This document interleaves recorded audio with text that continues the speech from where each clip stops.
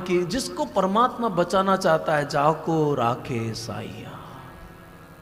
मुद्दतें लाख बुरा चाहे क्या होता है? किसी के बुरे चाहने से अगर दुनिया का किसी का बुरा होने लगे ना, फिर तो दुनिया बदल गई होती। याद रखिए, बहुत सारी चीजें हमारे हाथ में नहीं, ईश्वर के विधान के हाथ में है।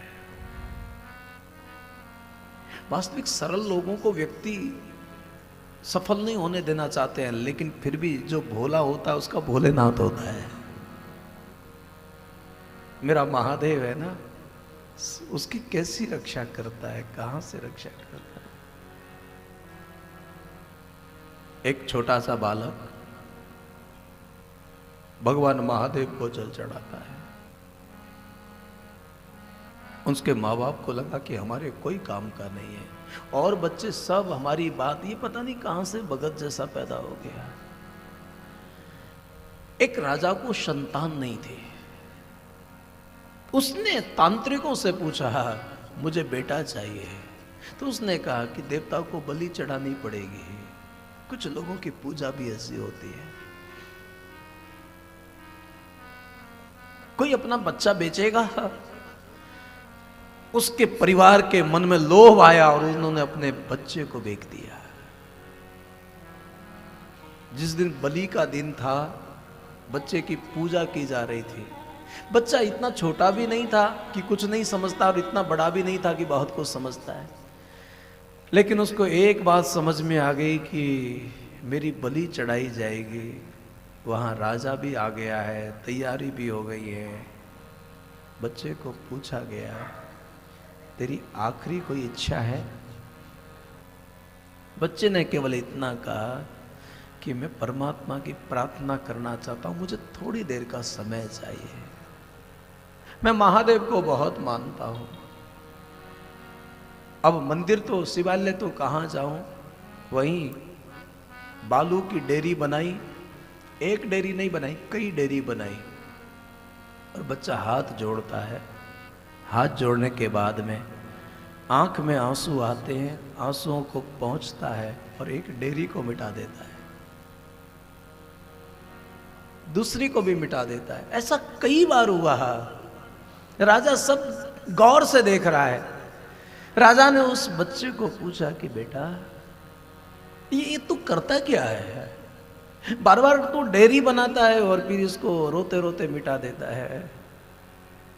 उन्होंने कहा, ये पहली जो डेयरी मैंने बनाई ना, अपने कुल खानदान के नाम की थी, क्योंकि शरीर की रक्षा करने का दायित्व प्रकृति ने उनको सौंपा था। लेकिन उनको तो लोभ के प्रलोभन में आकर उन्होंने मुझे चंद असरफियों के नाते मुझे बेच दिया, निकम्मा समझ के।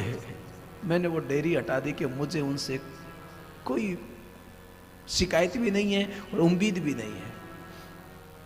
दूसरी जो मैंने डेयरी बनाई है मिट्टी की, मैंने सुना है कि राजा परमात्मा का अंश होता है।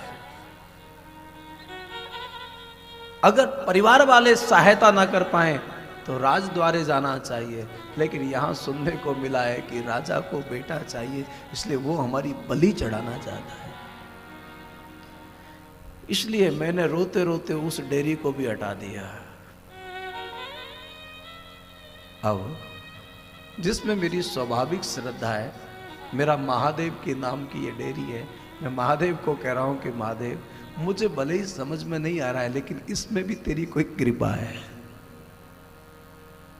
बाबा तुम जो भी करोगे, मेरी बाबा से भी कोई शिकायत नहीं है। अब मैं अपने को तैयार कर रहा हूं बलि के लिए।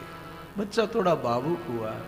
बच्चे की भावनाओं को उस राजा ने समझा, और समझने के बाद राजा के आंखों में आंसू, आखिर इंसान है।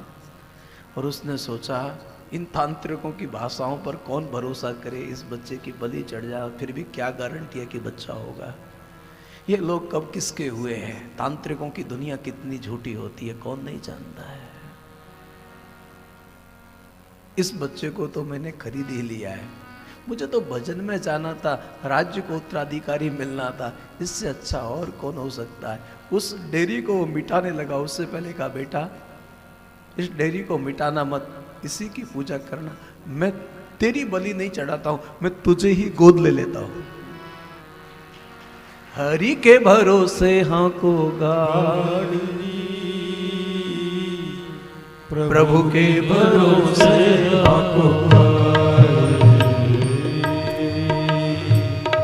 सुनो रे प्यारे भाई, हरि के भरोसे हाँ को गाड़ी, प्रभु के भरोसे। एक बार फिर कहूंगा, भजन करने वाले को भले ही भगवान दिखाई ना दे, लेकिन भजन करने वाले को परमात्मा का अनुभव होता है।